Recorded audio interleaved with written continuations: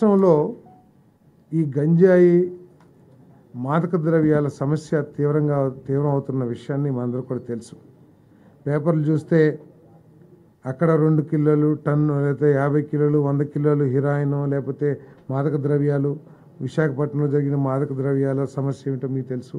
అదేవిధంగా ప్రతి చోట కూడా కాలేజీల్లో కానివ్వండి, స్కూల్స్ కూడా ఇది గంజాయి సమస్య పాకటం అనేది ప్రతి ఒక్కరు కూడా బాధపడాల్సిన విషయంగా నేను మీ అందరికీ మనవి చేస్తాను.